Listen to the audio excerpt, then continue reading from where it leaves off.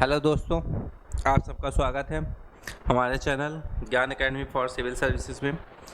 जैसा कि हमने आप लोगों को बताया, एक इंट्रो क्लास दी थी। हमने आपको बताया था कि अब हम आपके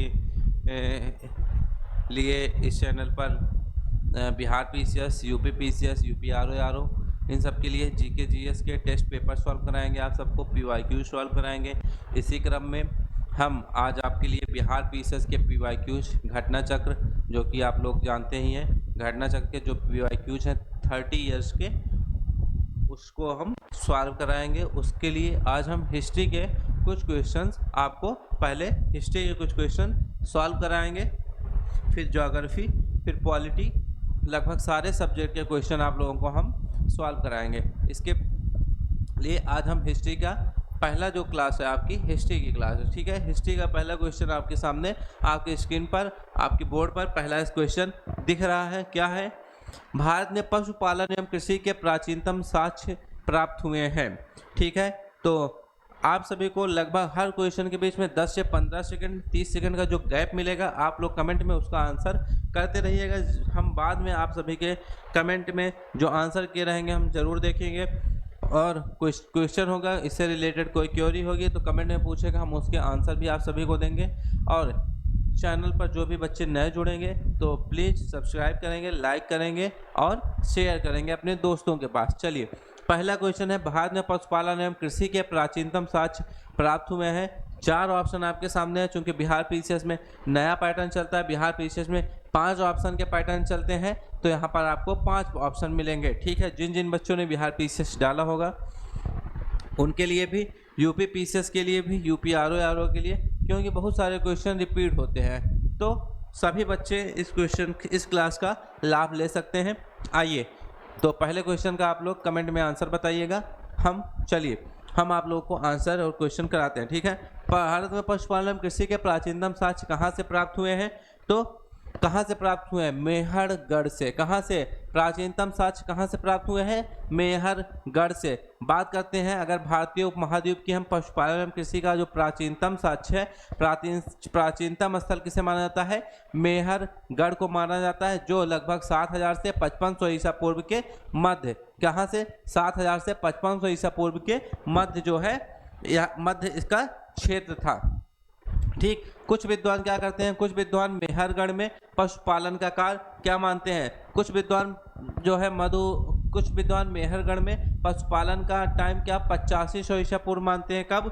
पशुपालन का काल क्या 8500 ईसा पूर्व मानते हैं। अगर नवीनतम खोजों के आधार पर हम बात करें, जो नई खोजें, जो नवीनतम खोजें हो रही हैं, उनकी अगर हम बात करें, उनके आधार पर जो भारतीय उपमहाद्वीप है उनमें प्राचीनतम कृषि साक्ष्य वाला जो साक्ष्य है, प्राचीनतम कृषि साक्ष्य वाला स्थल जो है वह कौन सा है?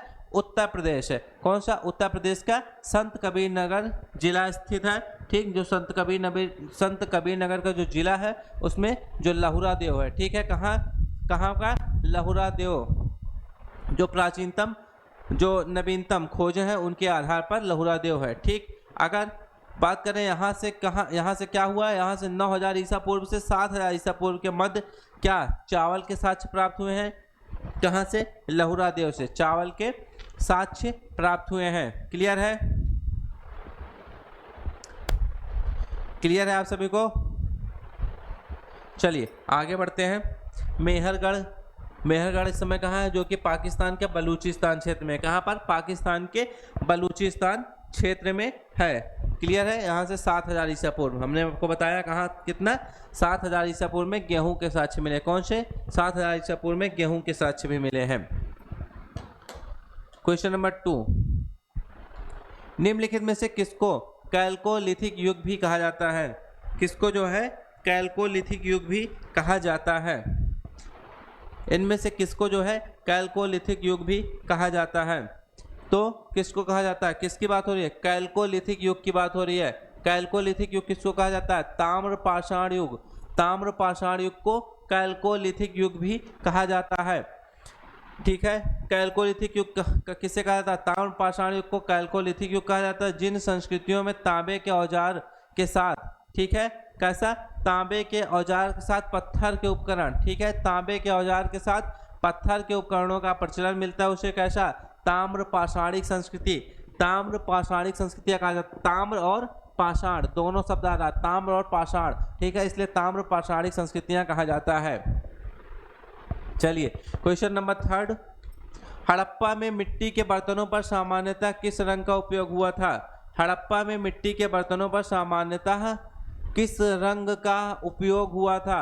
हड़प्पा में मिट्टी के बर्तनों पर सामान्यतः किस रंग का उपयोग हुआ था?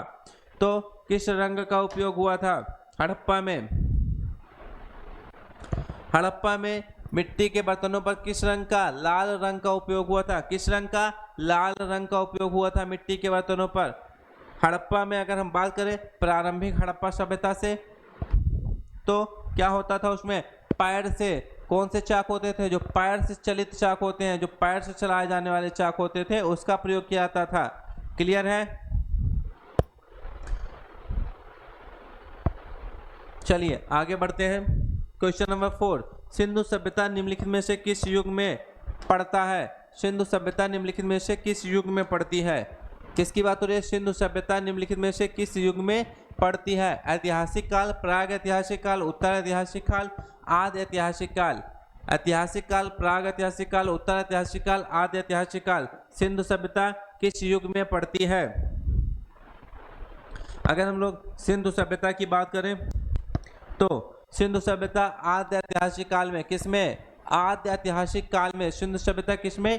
आद्य ऐतिहासिक काल में पड़ती है।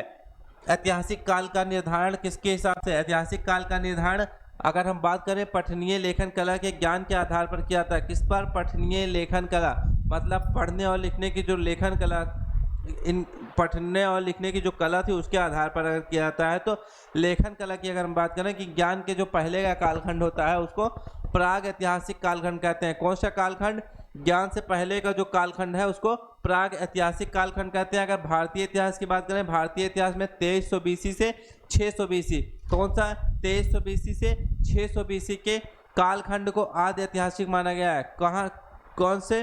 2300 BC से 600 BC को, 2300 BC से 600 BC को क्या? प्राग आद्य ऐतिहासिक का कालखंड माना गया है। आद्य ऐतिहासिक का कालखंड माना जाता है। अगर बात करते हैं सैंधो सभ्यता, सैंधो सभ्यता क्या है? आद्य ऐतिहासिक काल की सभ्यता है। कैसी सभ्यता है? सैंधो सभ्यता आद्य ऐतिहासिक काल की सभ्यता है, क्योंकि यहाँ पर क्या है? लेखन कला का ज्ञान तो है परंतु अभी तक इसे पढ़ा नहीं जा सका है। क्या है यहाँ पर? लेखन कला का ज्ञान तो है लेकिन इसे अभी तक पढ़ा नहीं जा सका है। क्लियर है? चलिए next question, question number 5, Sindhu घाटी सभ्यता की सबसे महत्वपूर्ण विशेषता क्या है? सिंधु सभ्यता की सिंधु घाटी सभ्यता की सबसे महत्वपूर्ण विशेषता क्या है?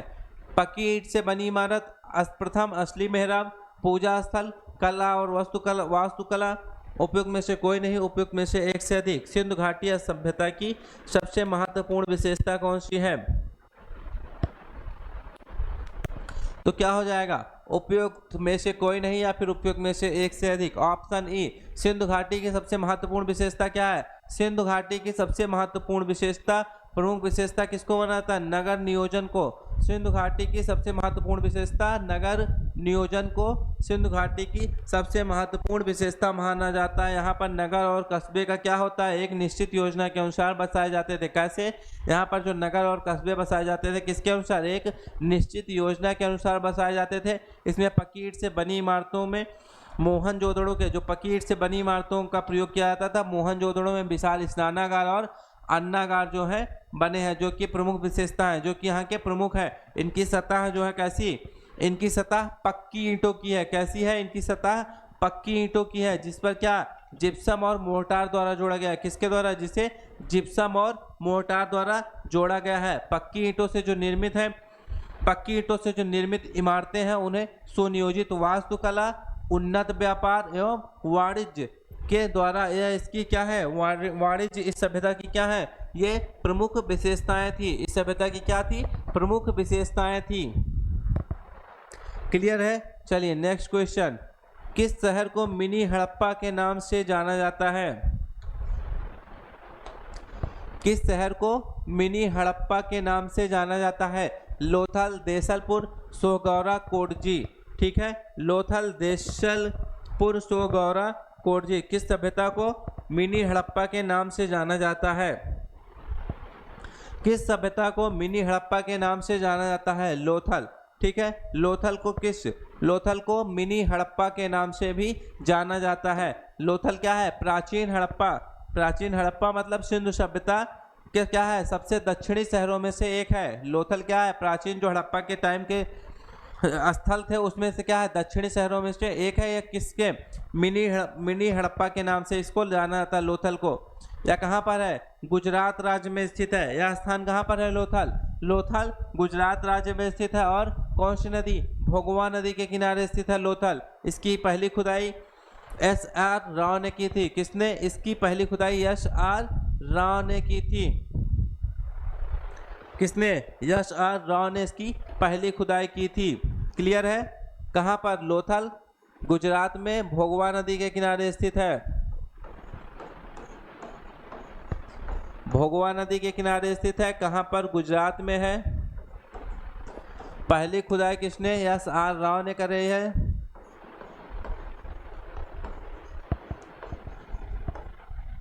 SR राव ने पहली खुदाई कराई थी। ठीक, चलिए आगे बढ़ते हैं।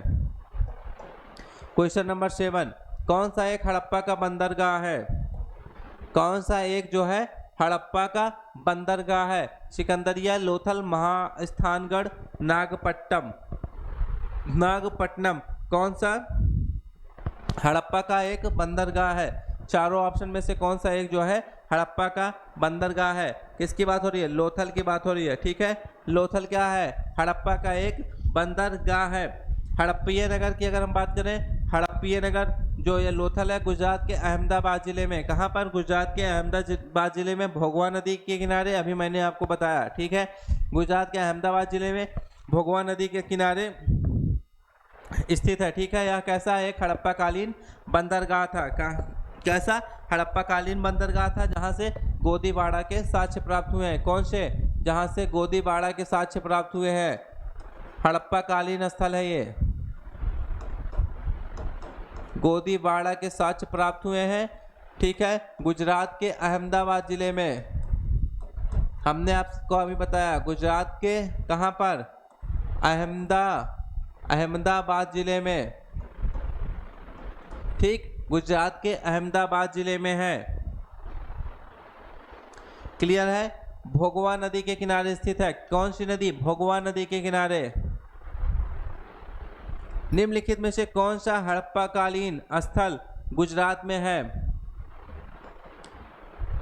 कौन सा हड़प्पा कालीन स्थल गुजरात में है? बिहार PCS 2022 का क्वेश्चन है ये। बिहार PCS 2022 का क्वेश्चन है। किसकी बात हो रही है? हड़प्पा कालीन स्थल गुजरात की बात हो रही है, तो लोथल हो जाएगा।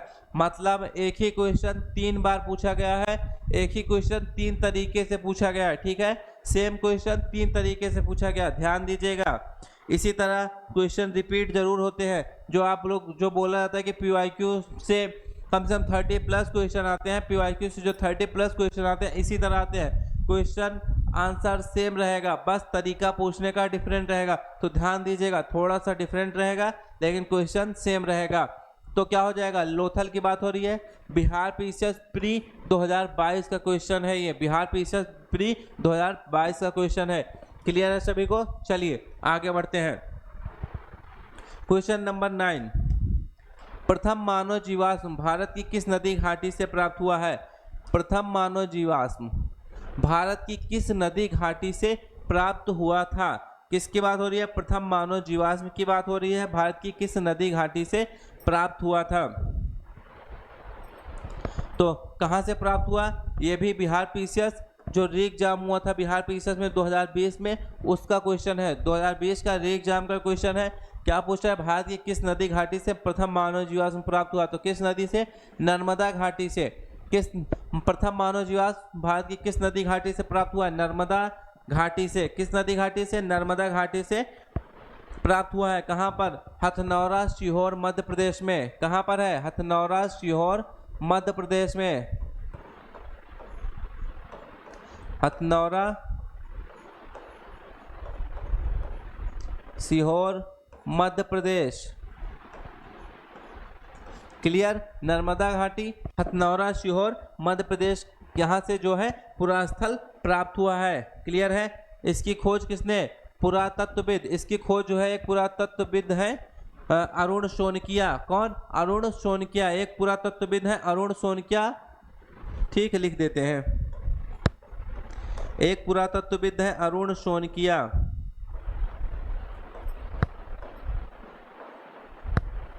अरुण शोनकिया कब? 1982 में।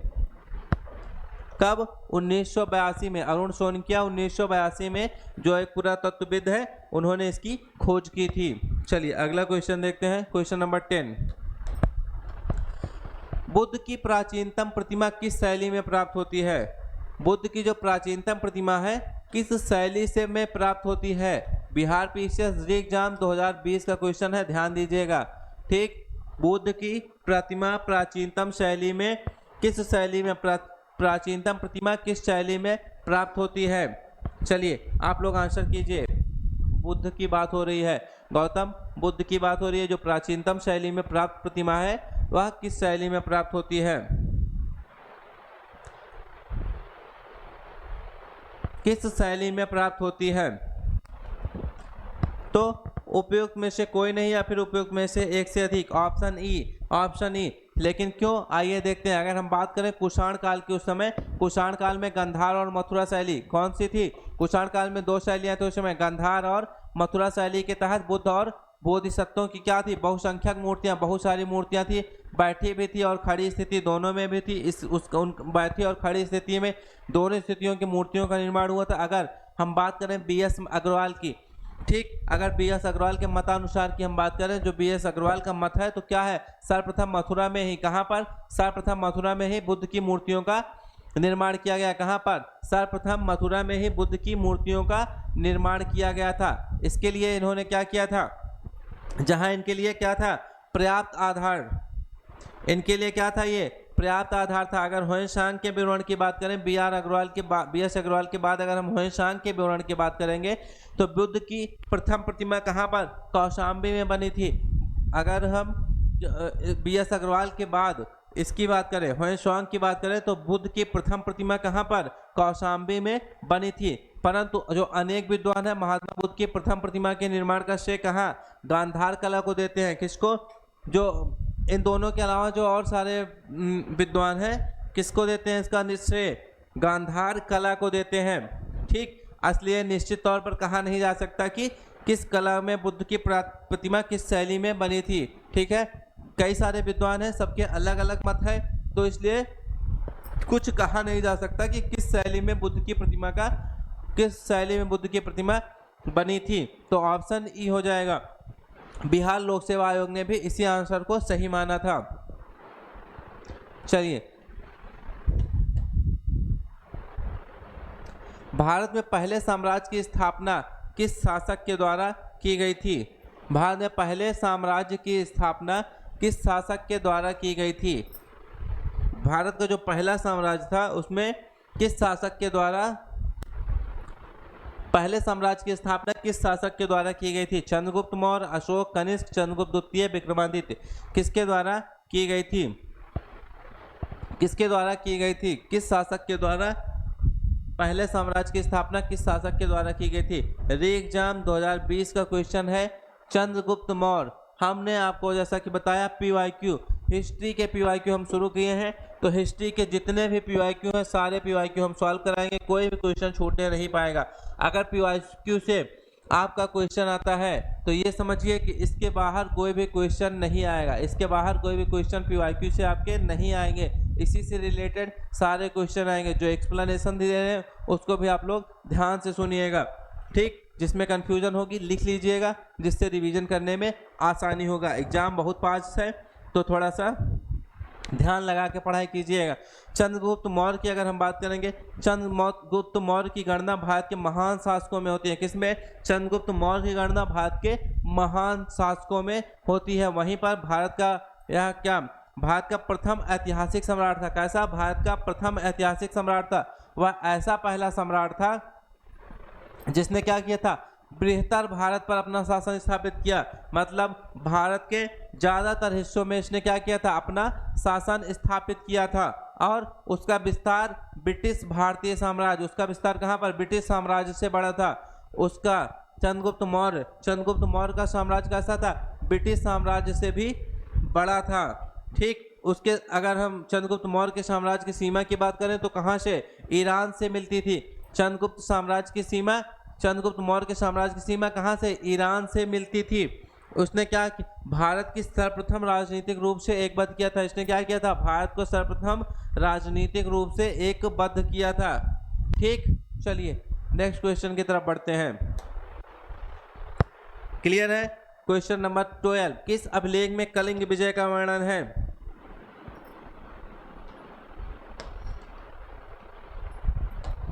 चलिए क्वेश्चन नंबर 20 का आंसर कीजिए आप लोग। किस अभिलेख में कलिंग विजय का वर्णन है।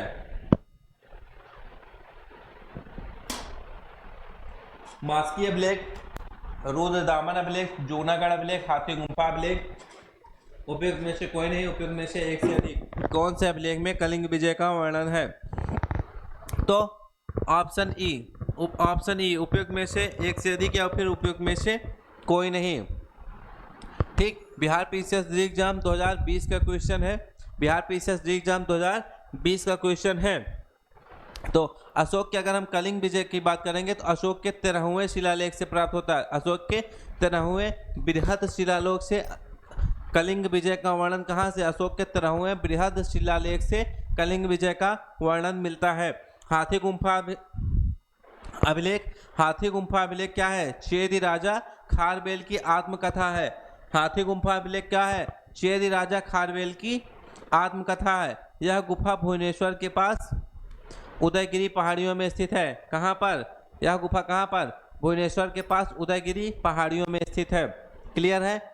कलिंग विजय का वर्णन कहाँ से मिलता है, कलिंग विजय का वर्णन अशोक के 13वें बृहद शिलालेख से, अशोक के 13वें बृहद शिलालेख से कलिंग विजय का वर्णन मिलता है। किस हड़प्पा कालीन स्थल से टेराकोटा का हल प्राप्त हुआ है। किस हड़प्पा कालीन स्थल से टेराकोटा का हल प्राप्त हुआ है। चलिए बताइए, किस हड़प्पा कालीन स्थल से टेराकोटा का हल प्राप्त हुआ है। किसकी बात हो रही है, टेराकोटा के हल की बात हो रही है। किस हड़प्पा कालीन स्थल से टेराकोटा का हल प्राप्त हुआ है। कहां से प्राप्त हुआ है, बनावली से। बनावली से टेराकोटा का हल प्राप्त हुआ है। बनावली क्या है, बनावली कहां पर है, हरियाणा के फतेहाबाद जिले में स्थित है। कहां पर, हरियाणा के फतेहाबाद जिले में स्थित है बनावली।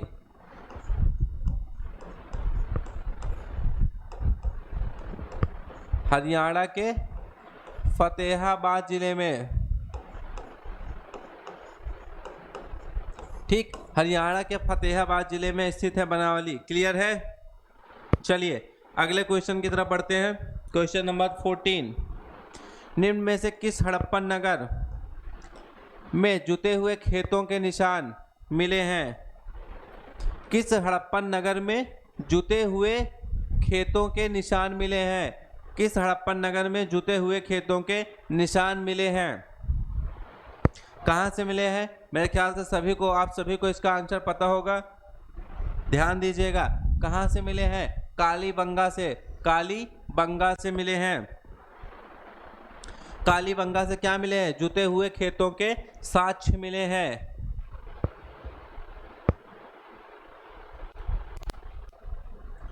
क्लियर है। जुते हुए खेतों के साक्ष्य कहां से मिले हैं, कालीबंगा से। कालीबंगा कहाँ है, राजस्थान के हनुमानगढ़ में घग्गर नदी के किनारे। कहां पर, राजस्थान के हनुमानगढ़ में घग्गर नदी के किनारे है कालीबंगा, जहां से जुते हुए खेतों के साक्ष्य मिले हैं। गुजरात के धौलावीरा से क्या मिला है, गुजरात के धौलावीरा से हड़प्पा लिपि के बड़े आकार के 10 चिन्हों वाला एक शिलापट्ट मिला है। क्या मिला है, गुजरात के यहाँ धौलावीरा से 10 चिन्हों वाला एक शिलापट्ट मिला है। बड़े आकार का, हड़प्पा लिपि के बड़े आकार का 10 चिन्हों वाला एक शिलापट्ट मिला है। क्लियर है। चलिए आगे बढ़ते हैं। क्वेश्चन नंबर 15, कौन हड़प्पा और मोहनजोदड़ो के उत्खनन से संबंधित नहीं थे? कौन जो है हड़प्पा और मोहनजोदड़ो के उत्खनन से संबंधित नहीं थे? ध्यान दीजिएगा क्या पूछ रहा है, नहीं थे। कभी कभी क्वेश्चन गलत हो जाता है, हम लोग ध्यान नहीं देते कि थे नहीं थे, क्या पूछ रहा है, नहीं थे पूछ रहा है, नहीं थे में कंफ्यूज मत होइएगा। कौन हड़प्पा और मोहनजोदड़ो के उत्खनन से संबंधित नहीं थे? तो कौन नहीं थे? B.A. स्मिथ। B.A. स्मिथ क्या थे? B.A. स्मिथ हड़प्पा और मोहनजोदड़ो के उत्खनन से संबंधित नहीं थे।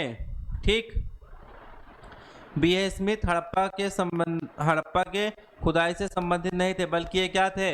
इंडोलॉजिस्ट एवं इतिहासकार थे। B.A. स्मिथ क्या थे? इंडोलॉजिस्ट और इतिहासकार थे।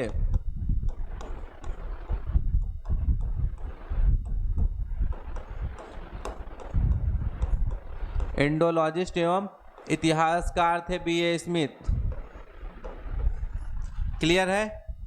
बाकी R.D. बनर्जी, M.S. वत्स और K.N. दीक्षित ये सब क्या थे? मोहनजोदड़ो और हड़प्पा के उत्खनन से संबंधित थे।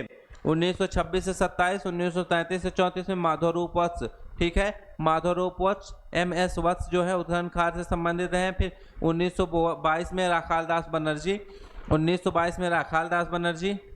क्लियर है? ठीक है, सभी लोगों ने इस तरह से हड़प्पा और मोहनजोदड़ो में लोग संबंधित थे, बाकी B.A. स्मिथ संबंधित नहीं थे। चलिए अगले क्वेश्चन की तरफ बढ़ते हैं। Question number 16।